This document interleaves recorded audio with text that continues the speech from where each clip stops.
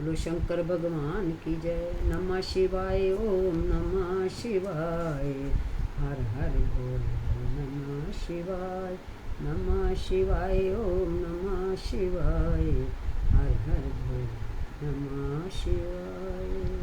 बोलो शंकर भगवान की जय। ब्रह्मा जी का उपदेश।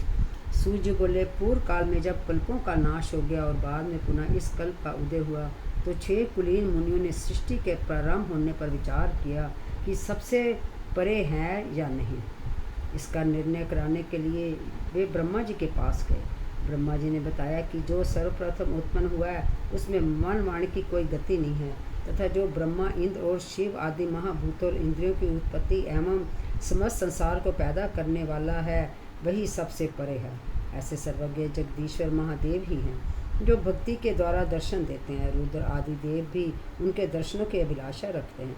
उनकी भक्ति करने से ही उनके प्रसाद की प्राप्ति होती है। जैसे बीज से अंकुर, अंकुर से बीज बनता है। ब्रह्मा जी ने कहा, आप लोग महादेव जी की प्रसन्नता हेतु एक दीर्घ यज्ञ करिए जिसमें शिव जी की कृपा से आपको साध्य साधन का ज्ञान प्राप्त होगा। मुनियों ने पूछा, हे भगवान, ये साध्य और साधन क्या है? ब्रह्मा जी ने कहा, साध्य शिव पद है और साधन उनकी सेवा करना है। वेद विधि द्वारा उनकी आराधना करने पर उनकी प्राप्ति होती है। जो जैसा करता है उसे वैसा ही फल प्राप्त होता है।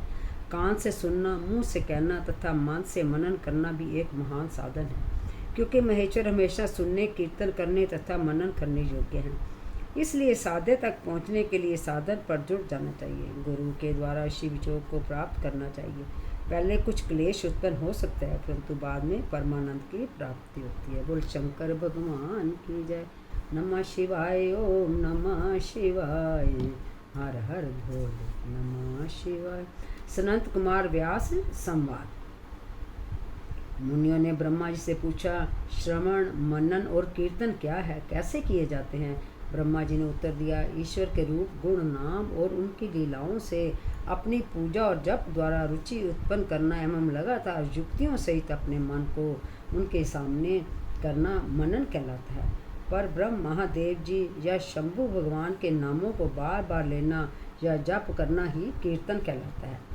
दृढ़ता से भगवान संबंधी शब्दों को कानों से सुनना श्री श्रवण है।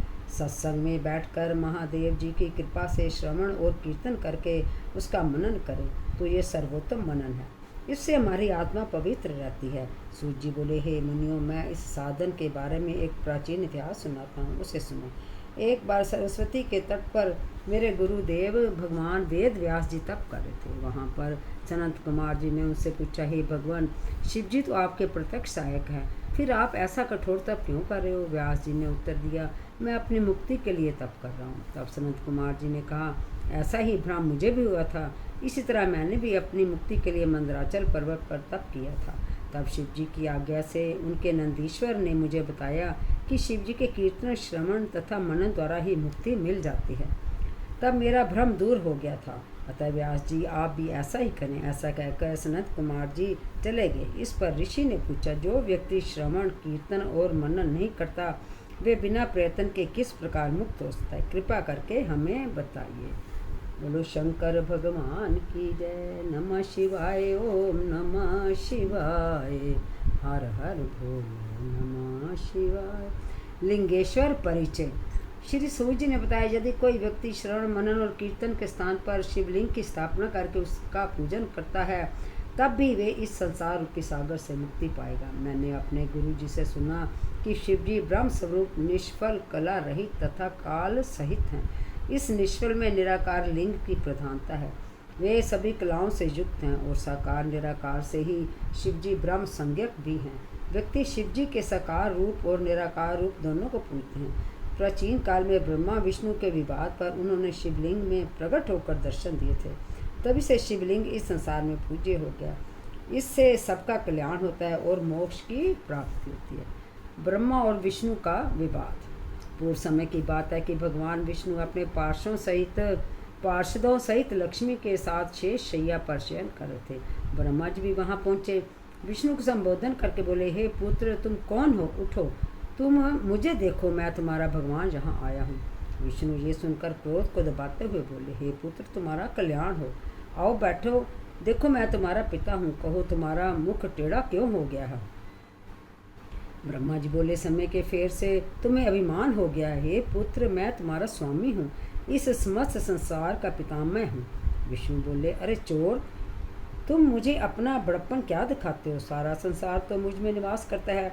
तुम मेरी ही नाभि कमल से उत्पन्न हुए हो और मुझसे ऐसी बातें कर रहे हो, तुम्हें ये शोभा नहीं देता। इस प्रकार ब्रह्मा जी और विष्णु जी में विवाद बढ़ता गया। ये दोनों अपने को प्रभु कहते कहते आपस में युद्ध करने लगे। दोनों के प्रहारों से देवता व्याकुल होकर कांपने लगे और कहने लगे, जब आप दोनों अराजकता उत्पन्न कर रहे हैं तो ये समस्त सृष्टि भगवान शिव की है।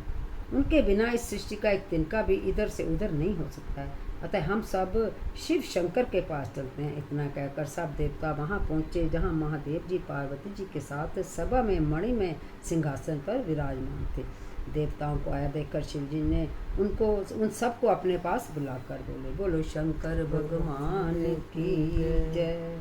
नमः शिवाय, ओम नमः शिवाय, हर हर भोले नमः शिवाय। शिव निर्णय, हे देवताओं, मैंने सुना है कि विष्णु और ब्रह्मा में भीषण संग्राम चल रहा है। इस कारण तुम्हें महान दुख उठाना पड़ रहा है, परंतु अब तुम घबराओ मत। शिव जी वहाँ पहुँचकर बादलों की ओट में उनका भीषण युद्ध देखने लगे। वे परस्पर एक दूसरे पर महेश्वर और पशुपात अस्त्रों का प्रयोग कर रहे थे।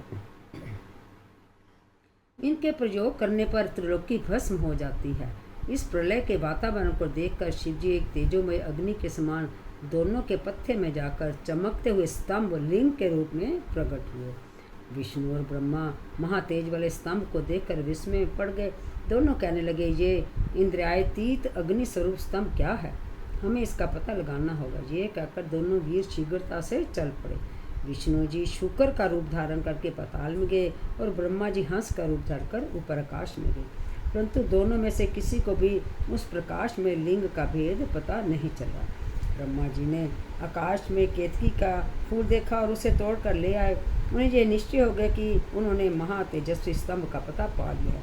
वे केतकी के फूल को लेकर विष्णु जी के पास चले आए। विष्णु जी ने ब्रह्मा जी के पैर पकड़ लिए। ब्रह्मा जी के इस छल को देखकर शिव जी उस समय प्रकट हो गए। विष्णु जी ने भगवान शंकर के चरण पकड़कर प्रणाम किया। विष्णु जी की इस महानता से भगवान शिव बहुत खुश हुए। उन्होंने प्रसन्न होकर उनकी सत्यवादिता की प्रशंसा की और अपनी समता प्रदान की। बोलो शंकर भगवान की जय।